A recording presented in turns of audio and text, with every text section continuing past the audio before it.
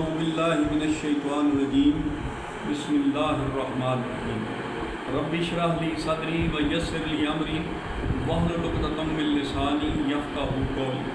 رب زدنی علما۔ حضرات گرامی، جیسا کہ ہم آپس میں وعدہ کر چکے ہیں کہ انشاءاللہ اللہ تعالیٰ ہماری صحت صحیح رکھے، اللہ تعالیٰ ہمیں ہر بلا وبا سے بچائے اس روزے کے تقدس سے، تو ہم انشاءاللہ آپس میں بیٹھ کے روزے کی فضیلت کے بارے میں باتیں کیا کریں گے اور قرآن،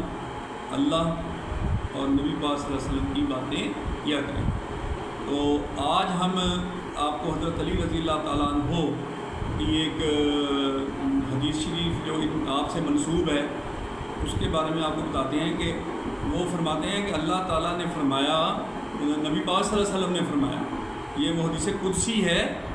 اور حدیث قدسی جو ہوتی ہے یہ ایک قسم کی مطلب قرآن کے ہی برابر میں ہوتی ہے،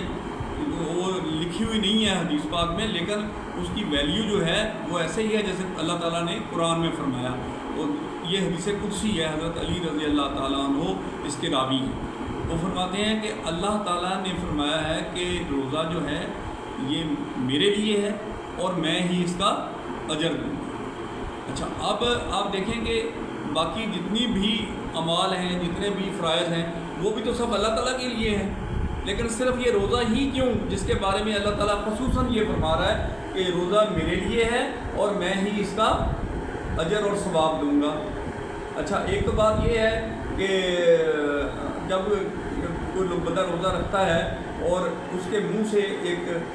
خالی پیٹ ہونے کی وجہ سے ایک سمیل سی آتی ہے، بدبو سی آتی ہے، تو اس کے بارے میں بھی فرمایا گیا ہے کہ وہ جو بو ہے وہ اللہ کے نزدیک اور فرشتوں کے نزدیک کستوری سے بھی زیادہ خوشبودار ہے۔ یعنی جو روزے دار کی منہ کی جو بو تو نہیں کہنا چاہیے، بہرحال کیونکہ ہے یہ تیسری میں کہ وہ جو بو ہے وہ کستوری سے بھی زیادہ خوشبوؤں میں بہت زیادہ اعلیٰ ہے، وہ بدبو جو روزے دار کے منہ سے آتی ہے۔ ایک تو یہ فضیلت ہے روزے کی، یعنی روزے دار جو ہے اس کو اللہ تعالیٰ اتنا پیار کرتا ہے کہ اس کی جو سمیل ہے جو پیٹ خالی ہونے کی وجہ سے آ رہی ہے وہ کستوری سے بھی زیادہ اللہ تعالیٰ کو پیاری ہے۔ ایک تو یہ فضیلت ہے، ٹھیک ہے جی۔ اور دوسرے نمبر پہ یہ ہے کہ اللہ تعالیٰ نے اس کا اجر خود دینے کا وعدہ فرمایا ہے۔ اچھا، باقی نیکیوں کے جو اجر ہیں وہ آپ کو پتہ ہے کہ اللہ تعالیٰ نے زیادہ ایک بدلے میں 70 نیکیاں، ٹھیک ہے، لیکن اس کی شمار ہی کوئی نہیں ہے، اس کی تعداد ہی کوئی نہیں ہے، اس کے بارے میں کوئی مخصوص ہی نہیں کیا گیا، کیونکہ اللہ تعالیٰ نے خود دینا ہے، اس کا اپنا معاملہ ہے، تو وہ لا تعداد لا متناہی، جس طرح کی اس کی اپنی ذات ہے، کوئی شمار ہی نہیں ہے اس کو کر سکتا، کوئی اس کو اس کے بارے میں بیان ہی نہیں کر سکتا کہ اللہ تعالیٰ کیسا ہے،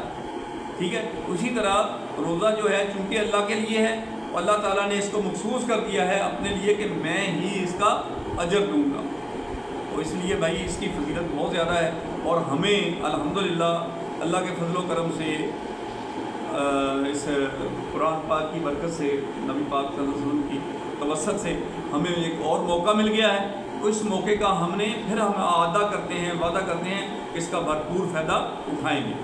ٹھیک ہے جی۔ تو اب روزہ ہمارا میں نے پہلے بھی بتایا تھا کہ اس میں جتنی چیزیں منع ہیں وہ ہم نے ان سے رکتے رہنا ہے، ٹھیک ہے۔ جتنی چیزوں کی اجازت دی گئی ہے،